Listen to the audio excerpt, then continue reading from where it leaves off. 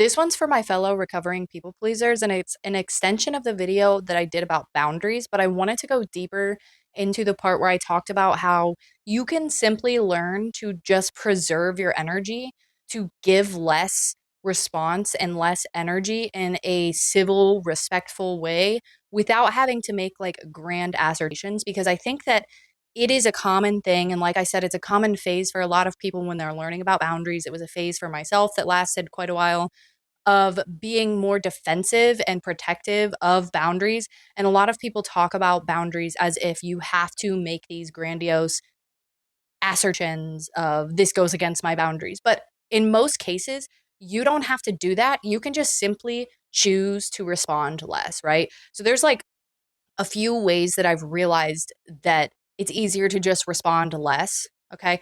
And the first one is obviously you don't have to answer your phone. You don't have to answer right away. You don't have to answer your texts, your notifications, your phone calls right away. And oftentimes you don't even have to explain yourself, or maybe you can explain yourself later. And most people really won't care if you just say, like, oh, I didn't have the time or I didn't have the energy to answer or respond. They'll be okay with that. Another thing is you don't have to go to every single event. And oftentimes you don't have to, because I used to make elaborate excuses of why I couldn't go to little events that I just didn't have the time or energy to go to.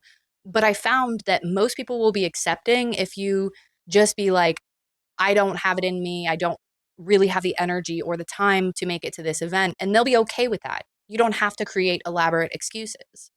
And the other ways in basically like social interactions where one or more people are discussing things, there are ways that we can simply not respond, or we can seize over explaining. Like we can stop, because people pleasers tend to be really big over explainers, and we just don't have to do that. Like if there's a bunch of people having a conversation in your vicinity and you don't want to be a part of that conversation, you can just not respond, or you can even walk away, or you can even just say, like, I don't know, or I don't have an opinion. And most people won't care.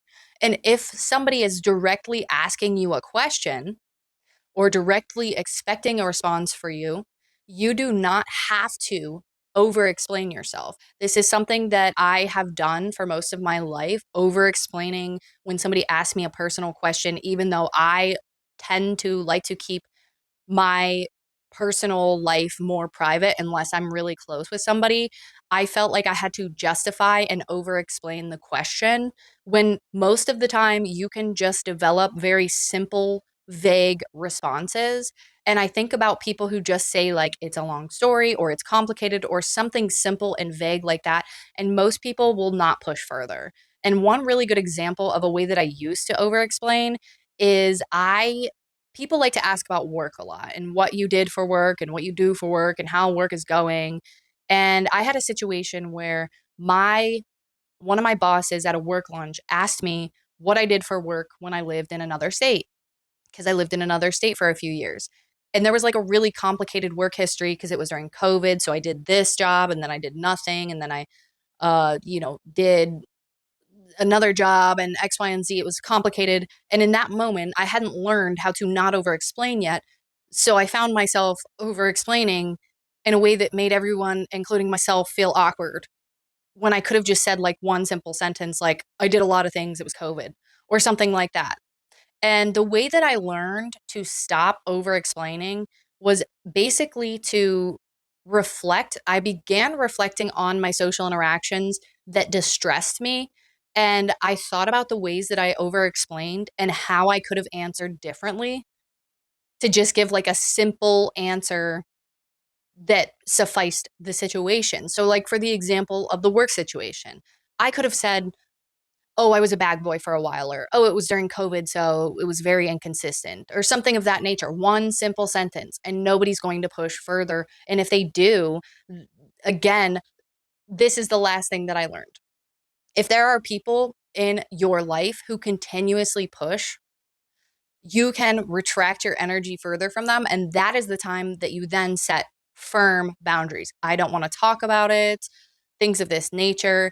I don't want to. I don't have time to. No, walk away. And if somebody continues to push and push, you can simply cut your energy off from that person. So you can kind of keep them at arm's length again by assessing what your boundaries are, what their boundaries are, and just reflecting on how you could better handle situations. You can just kind of keep them at arm's length. Or something that I did when I was younger was literally like I have friends who were bullies, who were controlling, who were very toxic and expected things of me that were harmful to me. And I don't talk to those people anymore because they would not respect my boundaries. You don't have to keep people in your life that don't respect your boundaries. And it sounds scary, like it's one of the scariest things for a people pleaser, but I promise you in the long run, your life will be better for it. And oftentimes, if you push somebody, like you keep them, you retract your energy, you push them and keep them at arm's length or even cut them out of your life completely, they're not going to push further because boundary pushers want somebody who will not fight back. So if you just simply firmly set a boundary for the boundary pushers, they're 9 times out of 10 not going to try to continue to be close to you. And that is for the best. That is for the best for you and them. And what I do now that I am older and I have an understanding of boundaries and I work on my boundaries and I have an understanding of red flags and I use my discernment is as I'm developing relationships, I am withholding of my energy and of my private information and things of this nature until I know the person and until I know that they will not misuse my boundaries and my personal information.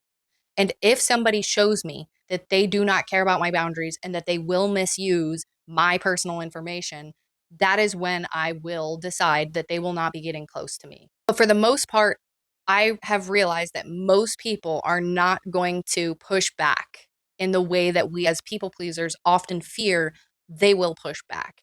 And the way that I began experimenting and teaching myself is again by reflecting on social interactions that caused me distress, where I gave too much energy, and deciding how I could have acted differently and experimenting. And the more you do it, the easier it will become to withhold your energy in kind, respectful ways that do not hurt yourself or others or cause unnecessary conflict. The more you practice it, the better you will get at it.